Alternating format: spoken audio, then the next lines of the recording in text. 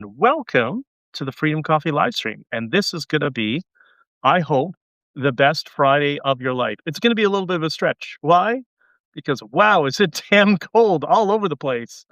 And as long as you're in North America right now, I think we're getting, what is it? We're supposed to get a polar vortex here in the Northeast, in Canada, minus 50 degrees or something to that effect.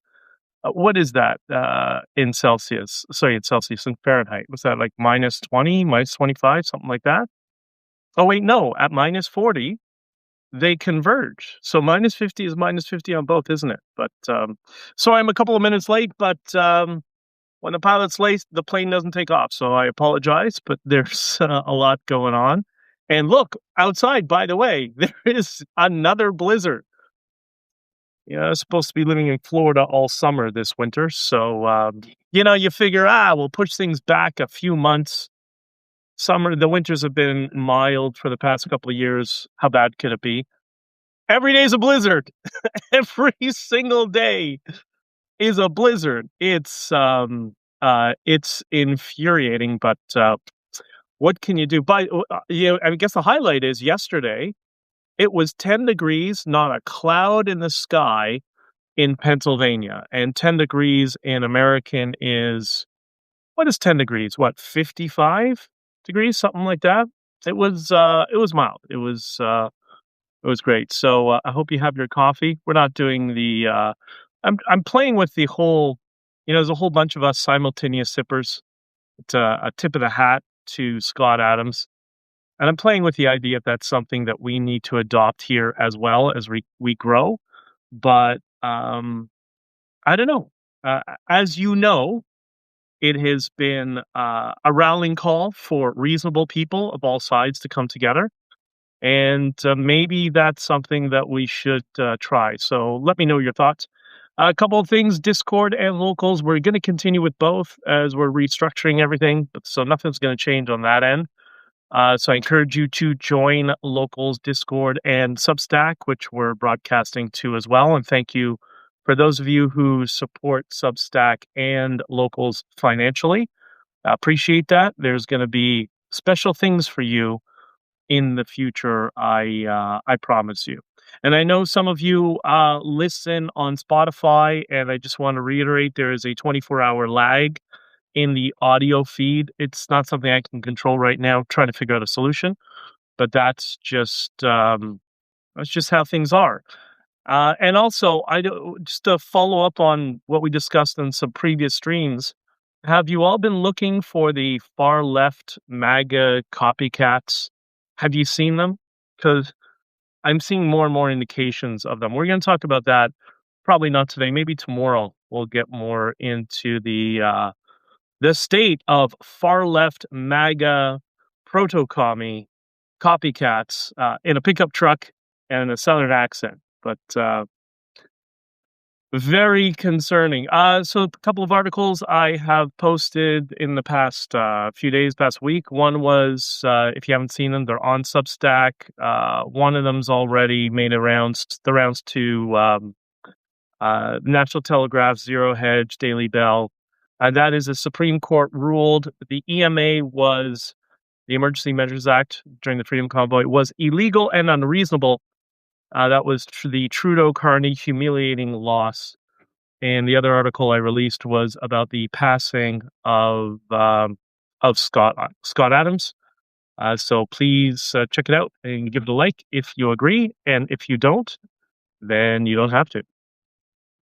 So in the tradition of our friend Scott, notice I slipped in the sip there. In the tradition, I went to what I think was one of Scott Adams' favorite news websites or news accounts, Twitter account and a website called SciPost. And I saw this post and I thought, Scott Adams fans would understand this. I thought, please, please let this be Eric Dolan. So I click on the link and boom, it was Eric Dolan as well. a Scott Adams tradition. So for those of you who don't know, Eric Dolan frequently posted the most obvious studies that, as I suggested last time, might just be money laundering, but the most obvious studies to all the things that anybody in the world intuitively knew, to which there didn't need to be a study. And the one I came across today was this. This is what the post in the article said. So the post said, generative AI models exhibit distinct cultural tendencies depending on the input language, according to new research. The study found that Chinese prompts elicit more relationship focused responses, while English prompts yielded more individualistic outputs. Really? Okay. And then I went through the article and I found this part where it says the research suggests that using Chinese, I guess it means Mandarin, leads AI to produce more relationship focused and context aware responses, while using English results in individualistic and analytical outputs. Yes. Yes, exactly. Yes. And what's the point? I don't think it takes a lot to understand that China, the grandfather of bureaucracy and organization, is more collectivist than how should we call it, the post-Enlightenment Western world built on individualism. And that would be reflecting in his language and how we communicate. Who didn't know that? Did not everybody know that? I know somebody who would likely have said they knew that would have been Scott Adams trolling Eric Dolan. But yeah, who knew? Cultures that are more collectivist have more collectivist language. Shocking. And AI news, use and by the way, anybody who has any comments, don't hesitate to send them in there. If you agree or if you disagree, just be nice, and I'll get to them when I can, as long as we have some time. So, as far as AI's best right now, I had an experience this week, and some of you know I've done very deep dives. I use AI for just about for most things in some capacity. And, well, not most things, but certain specific tests.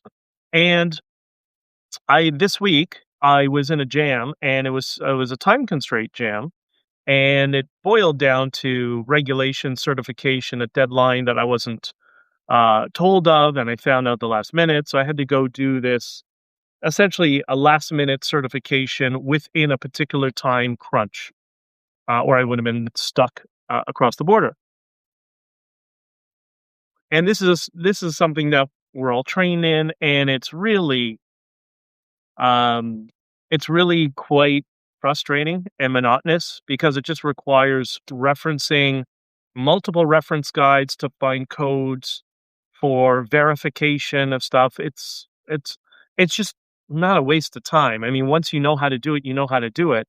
But it is an exercise that I just didn't have the time to do it. So I thought, aha, we have AI.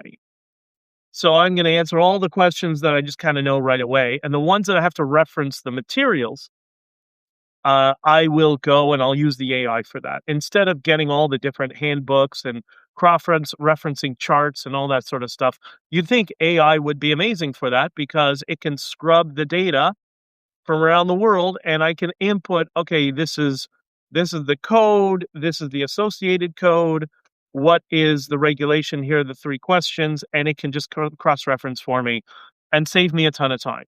Okay. And so I usually the AIs that I'm using most frequently now, it always changes. I use Grok for one set of things, and ChatGPT and Gemini. I use a lot more referential stuff. I know people like Claude. I think Claude's better just for writing, but that's just my opinion. But they're all pretty good now, right? So I went to ChatGPT. I filled out. I don't know. I had like half the questions already. Just boom, boom, boom, boom, boom. Things I just knew offhand, and the reference charts. I went to ChatGPT. Did it with ChatGPT. Submitted the questionnaire, and it failed. It failed with 77%. This is one of those certifications you require 80%. So I thought, oh, well, that was a great waste of time. Let's invoke another questionnaire and same thing, do everything, boom, boom, boom. Okay, I knew, again, like half of the things didn't require reference. And I thought, okay, well, let's use the other AI that I've been using a lot lately that everyone says kills all the other ones in terms of for reference. And that was Gemini, which is the Google AI. And I went to Gemini and did the questionnaire, and wouldn't you know it, scored 95% and passed immediately. So there's some anecdotal experience with some raw numbers, the ability for ChatGPT to search and reference stuff online versus Gemini's ability. And Gemini was far superior. It was the difference between a pass and a fail. So it was significant. Jesse says, "Hi y'all. Hit the like button. Yes, please like, share, and subscribe." Thank you, Jesse. And Jesse says to everybody, good morning. And Rocky is here watching. Hey, Rocky. If you send me another video of Rocky, I'll post him maybe the next feed tomorrow or something. So anyways, there's some real life experience. The other thing, I've been using AI a lot because it snows every day now. Every day, you know that global warming thing? Every day there is a blizzard. It's crazy. It's infuriating. So what I've had to do a lot, in the days that I've had to get out of here and get on the road, because I'm not in Florida already and very bitter about it. But I will go to AI. I found an amazing use for it. So for those of you who are on the road, those of you who travel and drive long distances, I realized this in the first storm of this year. I said to AI, I'm going to such and such a city from this city. What is the weather reports for each, the weather forecast for each region in each highway, and which route should I take to avoid weather patterns? And in this particular one, it said avoid Highway 17 in New York State because even though that's the shorter route, there are stronger weather advisories, and it lift off a list of towns on Highway 17, whereas Highway 84 is already being cleared by snowplows and is cleared more regularly. So even though the distance is longer, you have less chance of getting trapped and you will be quicker. It was just very interesting to go through that experience, to have a conversation with Gemini and explain in detail, which this is what a prompt is. Here's my situation. This is where I'm going. This is what I'm trying to avoid. And where should I go with this? And yeah, it routed me around it. And there are some other people I know who didn't use that, and it took them significantly longer to get to their destination. So just throwing that out there. So far, I'm not a huge fan of Google, but I got to tell you, that Gemini thing, since I switched to an Android phone, it's pretty good. It's pretty difficult to resist, and that's the often balance between privacy and convenience that we struggle with. And but what can I tell you? Also, that's why you hedge your bets and use as many AI models as possible. They're all very good in very different ways. There's certain things I use Grok for, which I wouldn't use any other AIs for. Grok is actually quite amazing. But more on that coming soon. We're going to talk a lot more about AI in future streams. Something we touched on last time that I thought was, this ties into what we saw at the World Economic Forum. We're going to get there. We're going to get there with the Trumper and Carney and the clown show that's going on there. It was really quite entertaining. Watch both of theirs, and I'm sure many of you did, but we'll get to that in a second. But, let's start at the more local level. In Toronto, I mentioned last time that End Wokeness, which is a Twitter account or an X account, posted a video of the land acknowledgements in the city of Toronto, declaring that Toronto is built on stolen land. And it's just amazing to some of us here that people didn't know this happened and happens. It happens regularly. It happens in our schools. As I mentioned last time, it happens at charity events, happens at select sporting events, especially kids' sporting events, because that's where you really got to brainwash them when they're kids. You got to teach them to hate their country. And that's all what this is about. But the thing that else I found amazing is people didn't know that Trudeau used to do these stupid things all the time. All the time, Trudeau did land acknowledgements. Our members of parliament are useless fools in government. They all do. I mean, on the far left, I don't think they do on the conservative side yet, but I'm sure they will. They all do these stupid land acknowledgements and engage in the hollowing out of our country from the inside. That's the status of Canada right now.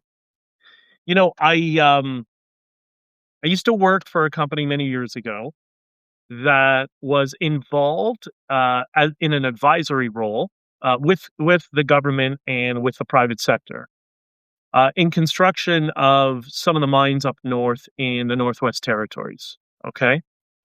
And what was interesting, I was out of school, as young at that point, and it was fascinating and infuriating to learn of the obstacles that business, international business in this case, experiences to operate in Canada all over, including in the Arctic, which is, all the buzz right now.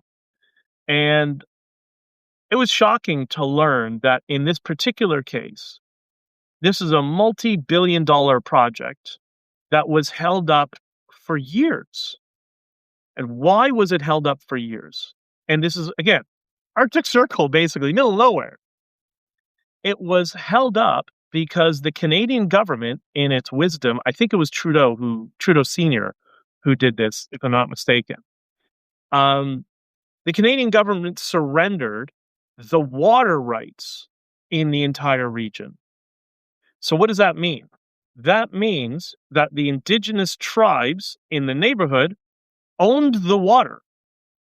Yeah, that's what's set up in our country. That's how demoralized we are on the inside in this country. So you have a multi-billion-dollar project that's going to employ all of these people who obstruct the project because they say, no, we own the water. You can't do it without our permission, and the ancient land, all that sort of stuff.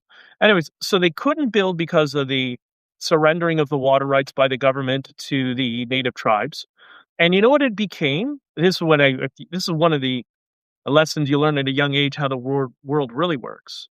Basically, it was a shakedown for bribes from the elders and the chiefs in the region. Why? Because what they would do is they would have this whole racket of negotiating tactics and getting close to a deal. And then the last minute, after months and years of blah, blah, blah, they say, oh, wait, Uncle Joe hasn't seen it. Well, who the hell's Uncle Joe? Oh, no, he's the elder. He needs to, we're talking for years, right? This is not the only case. There's other cases like this. I'm using it as an example. But, and Uncle Joe would come in last minute, in his folksy jeans and overalls and say, yeah, we can't do this. I mean, so it was a complete and total shakedown. And what would happen is the tribe that would, in all these different regions, the native tribes that owned whatever particular rights to a particular region, they would basically shake down the government for bribes. And then once the government pays out, they just keep it to themselves, and the rest of the tribe can starve. And then they blame, the government, colonialism, whatever. This is why you see in some of the casinos the head chiefs driving around a $200,000 Mercedes, but nobody else has water. I mean, this is just human nature, right? It's the third world operating in Canada. And this is why people like myself are so, the philosophical reasoning as well, but these land acknowledgements are just total bullshit. Like, stop with this. Either you're in Canada or you're not. It's just so frustrating, right?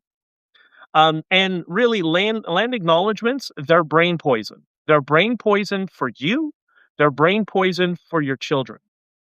I want to repeat that. Land acknowledgements are intentional brain poison. And what they do is they create the phenomenon of okophobia, the okophobia epidemic that we're dealing with in the West.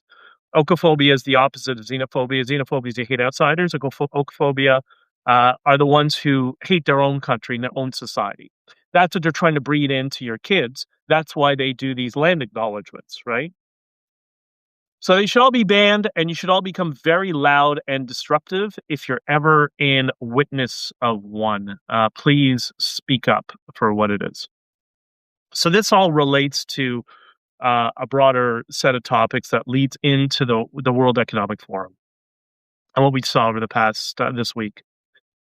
And it's this interesting question that I've been asking people for a while since this topic came up. And it's this: do most Canadians, or should I say, why do most Canadians want to join the United States? Have you noticed that? Have you noticed how many Canadians? It's astonishing the number of Canadians that are fed up and they are willing to join America in some capacity. They're open to this idea, this sort of conversation. Have you noticed that? I think it's interesting because had this been 10, 15 years ago, absolutely no. Nobody would, right? The Canadian identity was strong. So Risa, I'm sure you're watching or listening to this, Risa. I think Risa listens, but Risa tagged me a post and she said, asking this broadly, she said, aside from ego and a clear lack of identity, quote, we are not Americans, end quote, what other reasons do Canadians have against this idea? The idea being that of joining the United States. And she goes on to say, I'm not being fastidious, and have lived my entire life in Canada. I am very patriotic, but also a realist. And in the sense that the world is changing fast, and I would much rather be aligned with the United States than Russia or China. Have you noticed the dramatic uptick in the people, in Canadians who are astonishingly eager even at the prospect of joining the United States? So there was some pushback, obviously. There always is. It's the internet, social media. What would it be without pushback, right? And I responded with my take, which was, I said, my take on the 4 pillars of human motivation, RICE, which I think I've discussed either in Spaces or in this stream prior. So RICE is the acronym: reward, ideology, coercion, and ego. So if you understand that, you understand that's what motivates people to do things. And my take on it is reward is capitalism. Ideology is socialism or collectivism. Coercion is extremism. And ego is insecurity. That's kind of how I look at it. And I ask the question, which pillar drives those who reject even a mere conversation about joining? So we know the entire political class is in Canada's dead set against it because they're all grifters, right? I got a surprise for many of you when it comes to not even as much our elected officials, but the real people behind the scenes. The lobby class, they're all communists on the left and on the right, because they all want to suck on the breast of the government. All of them. None of them are private sector people. They're not capitalists. They get into politics because they want to extort as much of your taxpayer money into their hands as possible. That's what runs our political class here, in my opinion and my experience, right? But so we know they're going to be incentivized by the reward structure. What about the average Canadian who's middle class or lower class, living maybe in, a rural or urban area, that they react viscerally to this notion and this idea of forming some sort of alliance? I don't know how it would be.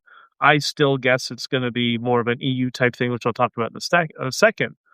I don't mean the communism. I mean the the economic structure, right?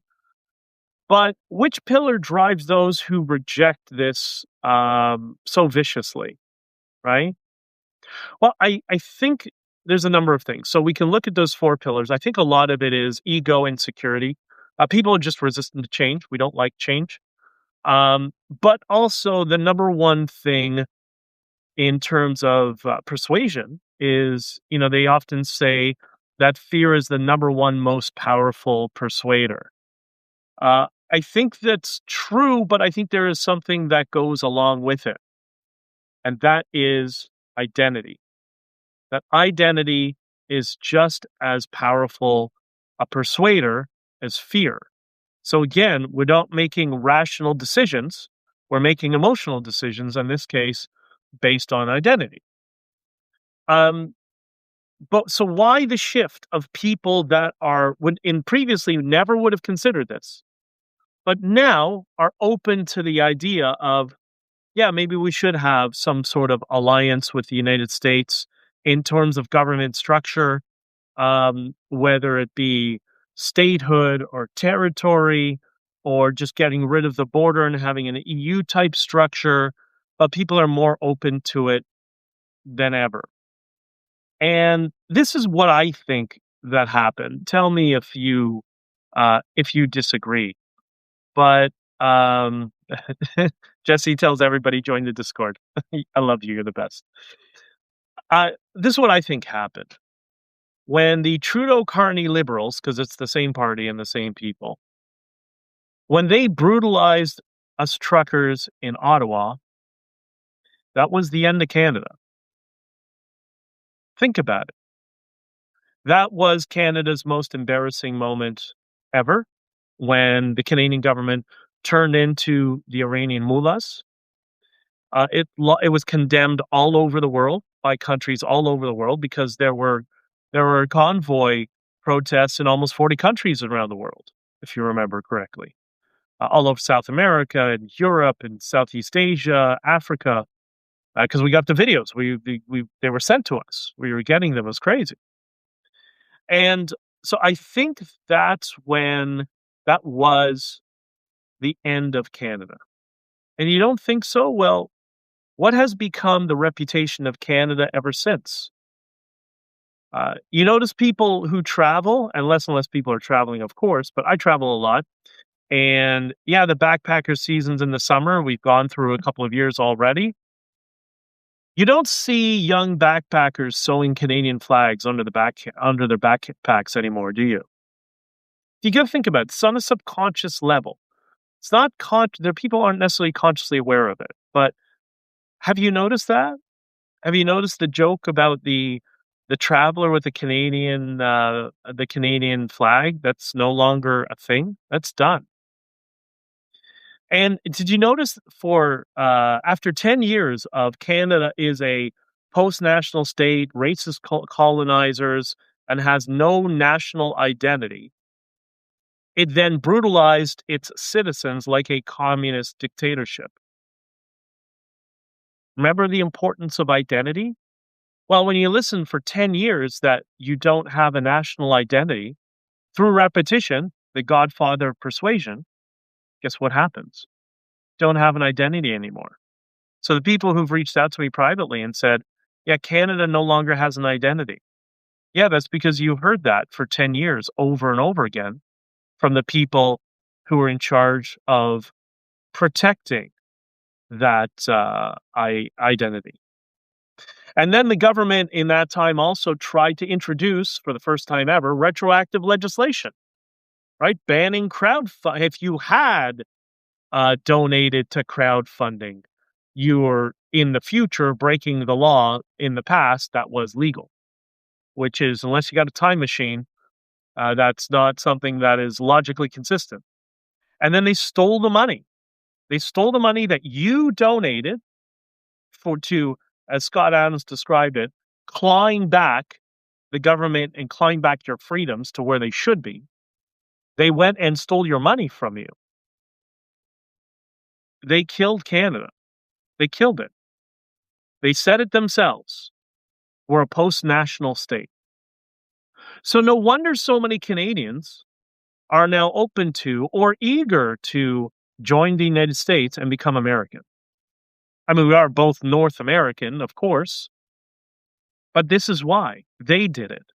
The Carney liberals did it. I think it's because of them that there is such a thirst to join the optimism we see in the United States. And I got to tell you, somebody who spends most of my time in the United States, that place is booming.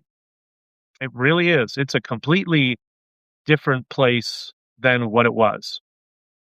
And, it's so funny. No wonder so many Canadians want to join the US because of these circumstances. And those who could afford it have already fled. You know how many people I know who've left the country and said, I'm done with that place. I'm out of here. So I posted something in this area. And look, this is all, working theories, thought exercises. It's important to have these conversations. But I posted this on X. I asked, after Greenland joins the United States, Canada will be in the crosshairs. Are we going to see an EU-like economic zone, a united America zone, no border, dollarization, expanded NORAD, where the U.S. and Canadian military forces secure the Arctic? The U.S. steps in and limits immigration into Canada. Maybe they take it over and start doing the necessary screening of people coming into Canada. And maybe open trade and natural resource expropriation. So that crossing the border, what's the point of having the border? Just make it one open economy and start deporting all the people who came here under nefarious circumstances, of which we have millions of them, right? We have 100,000 Hezbollah fighters in Canada right now, by the way. So I don't know. That's kind of how I see it. I think our political class not only shot themselves in the foot, but they killed the country. They actually ended Canada. For a decade it's a post-national state. And then in the final hurrah, what did they do? They turned into the Iranian mullahs and brutalized their own citizens at the most peaceful protest in Canadian history. I think that's why so many people are said, I've had enough. I've had enough. I see the optimism in the administration in the United States, and I want to be a part of it. I have heard that from not only so many people, but just like during the trucker convoy, all socioeconomic, all ends of the socioeconomic spectrum, from very, very wealthy people in finance to truckers to teachers. I have a friend who's in a union. All of them are saying the same thing. So anyways, so that brings us on to the World Economic Forum and Mark Carney. Now, I don't know about you. I was told at some point that this guy was smart. Now, I don't know how that happened, but I was told he's very popular in Ottawa. Everybody loves him. He's such a smart guy. It's just like there's some great energy around him. This is long before he was elected, picked, appointed leader of the Liberal Party. We know how corrupt that process was as well. So I was told this guy was smart. I was told he's not a moron. But Trudeau now makes sense now, because we all know that he was apparently, once Butts was formerly out of the picture, that Carney had a significant role in persuading and moving the Liberal Party direction, which is why it's gotten even worse now that he is in the Prime Minister's office, right? So we're going to get, for all the Americans listening, I promise we're going to get into Trump, because that's next. Hold on, we're going to get to Trump. But in Mark Carney's World Economic Forum speech, it was just an astonishing exercise in deception and gaslighting. And gaslighting is really the worst form of lying. because gaslighting, you're actually causing mental illness in the other person or intentionally trying to do so. To try to tell them you're crazy. Don't believe your lying eyes, right? But it was quite astonishing. A few things he said. There's some of the key phrases I pulled out of here. One was, "There was a hope that compliance will buy safety." Really? Really? It definitely doesn't buy you freedom, as we learned in Ottawa, because all that compliance leading up to that trucker protest is why we got there. Because the more people complied, the less freedom they had. You know who else learned that? Uh, the the people who lived the Jews who lived in mid-century Germany, they also learned that you cannot comply your way into safety, freedom, and security, right? That's not how humans work. But once again, the left always has this, I guess, because 'cause they're so collective and they see people who disagree with them as just the 5% policy rejection, and they don't see people as humans. That's why they don't understand human motivation. I'm talking about the radical extremists. I'm talking about reasonable, rational, liberal type people, right? But I do think Carney might be the least self-aware person on the planet. It's astonishing. I think he's worse than Trudeau, or just as bad as least. Carney invoked Havel's famous 1978 essay, "The Power of the Powerless." For those of you who know the history of Yugoslavia, you'll be familiar with it, right? But he focused on the idea of living under the lie of communism, something Konstantin Kisin talks quite a lot about on trigonometry. And it's so these idiots are so infuriating. Living under the lie of communism and extremism and collectivism. Hey, guy, why do you think you had some trucks in Ottawa? That's what they're protesting against. You are the one that Havel was warning against. You, not some other people. Not the Bolsheviks that are the Soviets are coming in. And this is important for people to understand into their subconscious. When you hear the word communism, I talk about it on the radio sometimes, the idea of ethno-communism. So it's that communist collectivism, not based on the worker, but based on the race of the individual. We see that all over the place, right?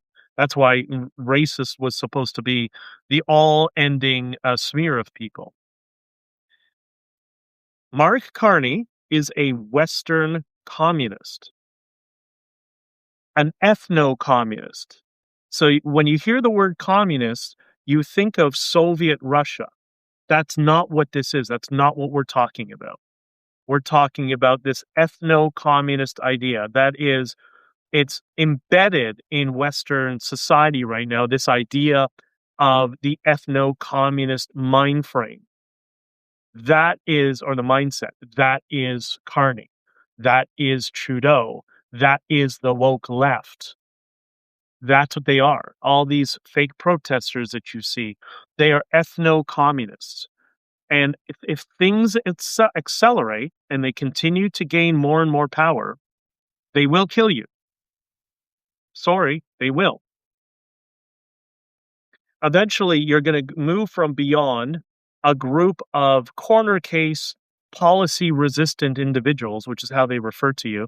If you read the book Thinking in Systems, you'll get a better sense of how they operate. Great book if you can get through the communism. But that's how they view you. That's why during the trucker protests and other protests like that around the world, it was just policy resistant. It was a segment of policy resistant behavior, is how they described it. That's all it was. It's very funny that he goes on. He's explaining the idea of living under the lie and how, I guess now he's the victim, just like Trudeau was the victim during the convoy, and Friedland was the victim. And I'm telling you, you cannot hate these people enough. You can, and this is why. And I said this in a couple of interviews during the trucker protest. You cannot hold the highest office in the country, have all the power, all the political power, and the media power, and the media support, and play the victim. No, no, no.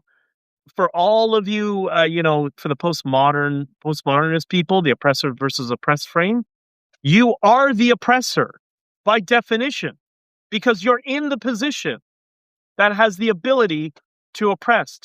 But it's astonishing how all these man children, you have an old man who thinks like a 5-year-old, who gets into the highest position and thinks he's a victim. Fuck you. You're not a victim. Sorry for the bad words. You are not the victim. You're the ultimate oppressor. And I don't buy into that oppressor versus oppressed frame myself, but it's just infuriating that these overgrown children, these mental midgets, think they can sell themselves that they are the victim of some system that they control. So frustrating. He goes on to say, we cannot live with the lie of mutual benefit of integration if integration is the source of your subordination. Yes, that's why there was a trucker protest. You putz! Anyway, sorry. Yeah, I'll dial it back. It just, some of these things are just, I know many of you are equally frustrated, but, so I'm sure we echo each other on this topic, right? And by the way, that's Trump's point. So we'll get on to that in a second. Who are the people who fall for this? And I think I know who falls for this. And for those of you who are fans of or familiar with Scott Adams, this is going to really resonate with you, I think. So those of you who are watching now and in the future who will know, I'll put this question out there, which is, what percentage of Canada's population always votes for the Liberal Party no matter what? No matter what, always votes for the Liberal Party. There is a specific percentage, and we have years and years of data on it. And we dealt with it on my campaign as well. And it was astonished. What percentage of Canadians always vote for the Liberal Party no matter what? It's about 1/4 or 25%. It's exactly 25%. And the thing that's funny about that, so for people who don't know, to give the context, this was a regular skit, if you will, that Scott Adams talked about when he would go through these Rasmussen polls and etc.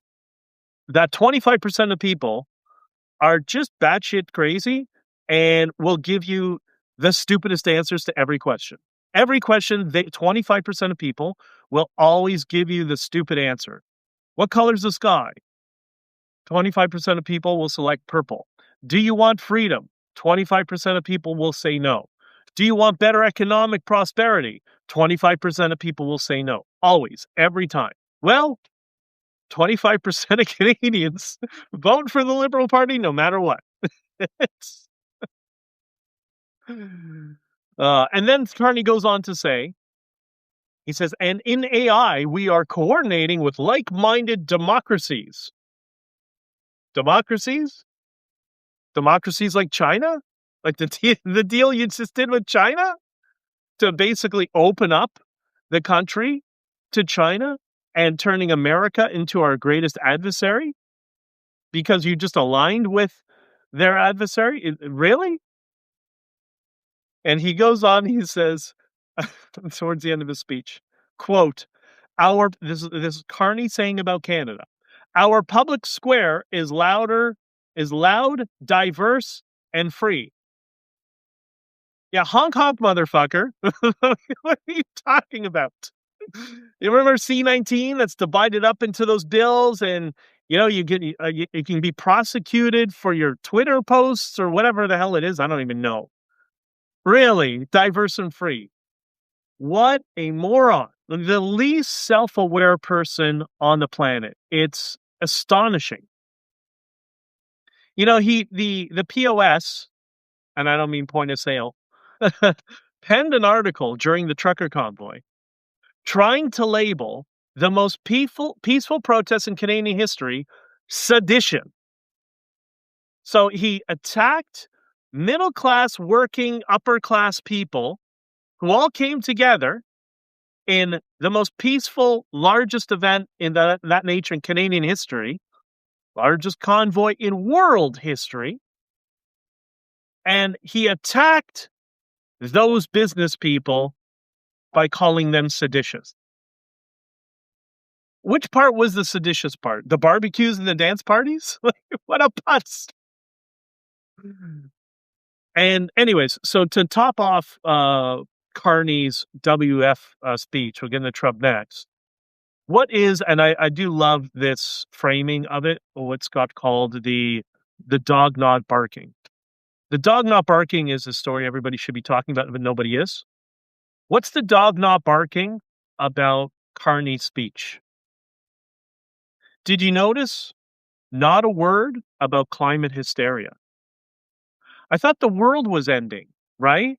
Was the world going to end in 10 years and all that, so the climate stuff and whatever? Not even a syllable. Which is why I go back to what I explained a few episodes ago about the far left MAGA copycats. They're going to abandon climate change, the climate hysteria. It'll still be there, but it's not going to be hysterical.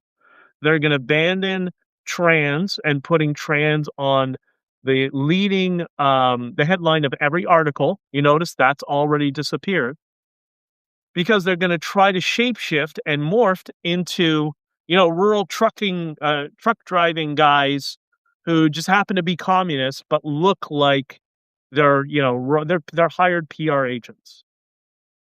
Well, there you go. There's another indicator of that. Mark Carney on the world stage said not a single syllable about his pet fetish of climate change. So there's another dog not barking. The story that everybody should be explaining. And this is about Trump. So Trump gave a speech that was, Carney's was 16 minutes. 16 minutes, he already looked tired. It was hysterical. Trump went on for, an hour and a half? And then did a Q&A after. So why do you get you can see the energy. And this relates to the dog not barking about Trump. If you notice, one of the first things, and boy, does that guy know how to sell and read a room. What's the first thing that Trump said? Was it Trump? No, I think it was Fink, actually, because Fink introduced him. The first thing he noticed, and he said out loud, he said, wow, the room's at full capacity. There was no more room. You could see there were people standing on the sides. There were no more seats left. Why? So that infers that, like all conferences, I speak at conferences as well, and there are some speakers that are always more popular than others, right? So that infers that, for many of the other speakers, it wasn't completely full like it was for Trump. Why was his speech at capacity? And then the second question, the other dog not barking, because, we hear from our legacy fake news media around the world how much he's hated, racist, you don't like him, all that sort of stuff, right? Why did he get a standing ovation when he walked in the room? So think about it. Put these two ideas in your head at the same time. We're supposed to think that Trump is Hitler, everyone hates him, he's the devil, all that sort of stuff, the things you see on like the communist broadcasting crap, the CBC, right? It's always what over and over again, that Trump is evil, everyone hates him, or whatever. But he shows up at the WEF. The room is at capacity. They can't fit any more people in the room. And he gets a standing ovation. What's going on? That's not supposed to happen. The other thing interesting out of this is, do you still think the WEF is destroying and controlling the world. Because, you heard a lot of that hyperbole from a lot of people. I never really bought into it because I know politicians who just kind of rejected it and told me, yeah, it doesn't really mean anything. And then I remember Elon Musk saying that um, he was asked about the WF, and his response was, "It's just a meeting for rich people. It's just a meeting for people or captains of industry to get together." And I had some people tell me who've been there that they don't really like when Klaus was running it. Hans Klaus, whatever his name is, Klaus, yeah, Schwab. Um, that most people didn't like him and thought he was a little bit like a little bit of a showboat and can be embarrassing sometimes. But if you are head of a Fortune 500 company and you want to have private face-to-face time with another Fortune 500 company, that the WF did an excellent job at marketing themselves as the venue for them to go to, kind of like what Qatar's trying to do in the Middle East, except Qatar is basically evil. That's a whole other issue we'll talk about another time. So what do you think? So the WF has now hosted Trump twice. They also hosted Javier Milei, who we're going to talk about Milei, I think, tomorrow, probably.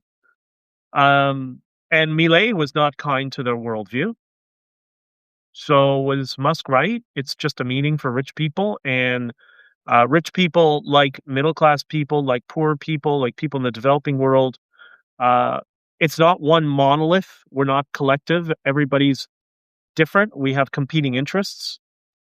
And so I don't know. I'm not saying either way here nor there. I know people go at the you will have nothing, you'll own nothing, and you'll be happy. I mean, that was a penned article from a radical leftist who they posted on their website. I don't understand why, but okay, fine. Maybe there's a whole bunch of other opinions that we would agree that they posted on their website. Did you ever check that?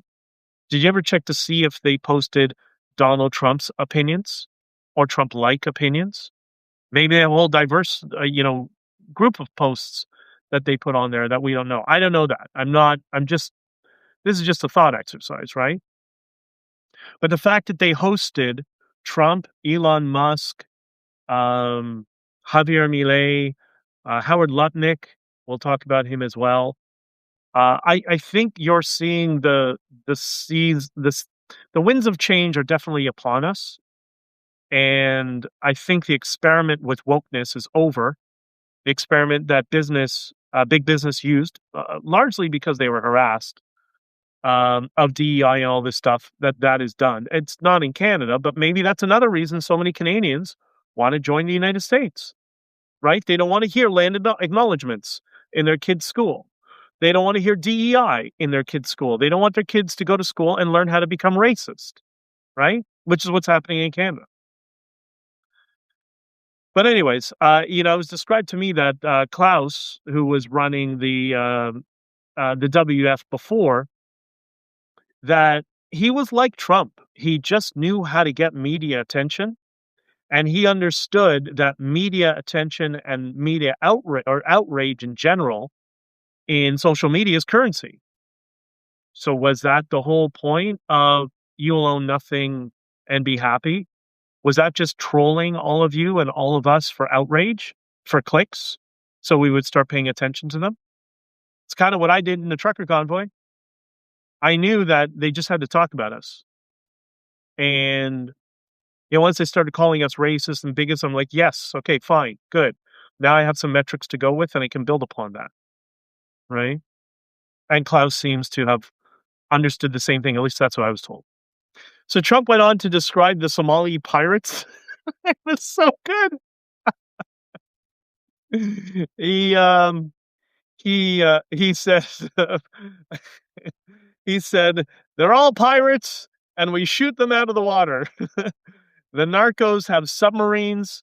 They call submarines fishing boats, but we blow them out of the water anyways. And that was a dig at Gustavo Petro, the communist leader of Colombia, who's about to be ousted out of office. He's termed out in May. So congratulations, Colombia. Um, he said the West cannot import people from failed to ever build who sorry, cannot import people who failed to ever build a successful society of their own. Referring to Ilhan Omar specifically in that.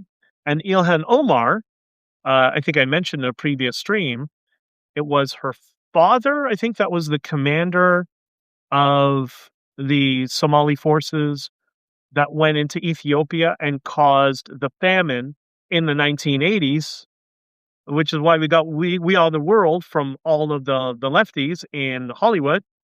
And then her and her family escaped to come to America, to come here to destroy the Western world, to destroy the West, just like they destroyed Somalia. That seems to be what happens. I don't know. I'm going to be paying her a compliment, by the way, in the next stream. Not what you think, but interesting. And that's part of my endeavor to find people you disagree with, and you can't always criticize everyone. Sometimes people you disagree with do one or two things that are correct, and they should be praised for that, right? But that's a whole other issue. No, I'm not a fan of hers. If that's what you're thinking, not at all.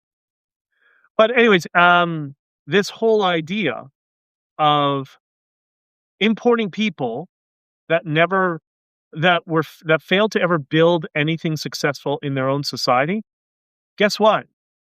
That describes the Israeli-Arab dispute that you see. I use a P word because it's inaccurate. Because you know what the primary, I don't know if people know this. One of the primary issues in that region, with Israel and Judea, Samaria, and Gaza previously, there was a primary issue that's been going on for decades in that region. You know what it is? And you never hear the media talk about this. A lack of prisons. So it was explained to me one time, from somebody involved in politics. It was explained to me this way, that there will be people who randomly fire rockets out of the Arab territories into Israel. And the people who engage in diplomacy and talk to them, because they all know each other, security, if you watch the movie Fauda, there is some truth in that both sides, their security forces, know each other, talk to each other, and collaborate on some things. And so what they would do is they find some, random idiot who fires rockets into Israel, hit a few houses or whatever. So they'll go to their dignitaries on the other side saying, there's a guy, can you take care of it? Okay, let's see what we can do. Again, watch Fauda so you understand this.